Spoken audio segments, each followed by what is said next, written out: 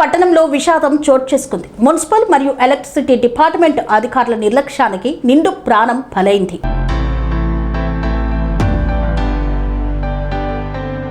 సూర్యాపేట జిల్లా కోదాడ పట్టణంలోని సాయికృష్ణ థియేటర్ రోడ్డులో గల రాజేష్ లాడ్జి పేరుతో ఉన్న ఐరన్ ఆర్చీకి కరెంటు షాక్ రావడంతో ఆర్చీకి ఆనుకొని ఉన్న డబ్బా కొట్టు పెట్టుకుని జీవనం సాగిస్తున్న షేక్ మౌలానా 20వ తారీఖు నాడు సాయంత్రం ఆర్చీ పట్టుకొని చనిపోవడం పట్టణవాసులను కలవరపరిచింది.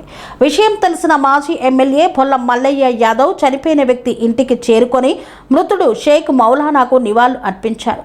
పేద కుటుంబమైన మౌలానా కుటుంబానికి ప్రభుత్వం అండగా నిలబడి నష్టపరిహారంగా ఆర్థిక సహాయం చేయాలని డిమాండ్ చేశారు. కుటుంబాన్ని పోషించే వ్యక్తి మరణించడం చాలా దురదృష్టకరమన్నారు. మున్సిపల్ అధికారులు ఆ ఆర్చీకి పర్మిషన్ ఎలా ఇచ్చారని, ఎలక్ట్రిసిటీ అధికారులు ఆ ఐరన్ ఆర్చీపై కలెక్షన్లు ఎలా ఇచ్చారని ప్రశ్నించారు. మౌలానాకి వెంటనే నష్టపరిహారం చెల్లించాలని డిమాండ్ చేశారు.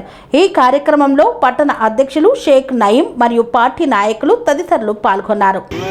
సాయంత్రం మౌలానా అనే చాలా నిరుపేద యువకుడు ఇక్కడ జ్యూస్ అమ్ముకొని బతుకుతాడు. దారిద్ర్య రేఖ దిగువన ఉన్నటువంటి వ్యక్తి. అయితే ఈ రాజేష్ లాడ్జి సంబంధించినటువంటి వాళ్ళు ఇక్కడ ఒక ఇనుప ఆర్చీ ఏర్పాటు చేయడం జరిగింది. కరెంట్ డిపార్ట్మెంట్కి సంబంధించినటువంటి ఆ సర్వీస్ వైర్లు మొత్తం కూడా ఆ బోర్డు మీద ఉండటం వల్ల పైనుంచి ఆ కరెంట్ స్తంభానికి సర్వీస్ వైర్ లీక్ అయ్యి దూసి అమ్ముకుంటున్నటువంటి మౌలానా మరి ఆ కరెంట్ షాక్ తగిలి చనిపోవటం జరిగింది. మరి విద్యుత్ అధికారుల నిర్లక్ష్యం, మున్సిపాలిటీ వాళ్ళు ఈ ఆర్చీకి పర్మిషన్ ఇవ్వటం, ఇది చాలా ఒక పేదవాడి ప్రాణం పోవడానికి కారణమైంది.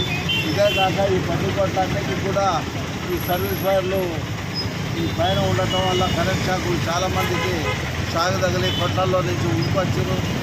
వెంబటే ఈ నిరుపేద అయినటువంటి మౌలానా చాలా 5 సంతానం, మరి రోజువారీ చేసుకొని బతికేటటువంటి వాడు, రెక్కాడితే కానీ డొక్కాడినటువంటి నిరుపేద.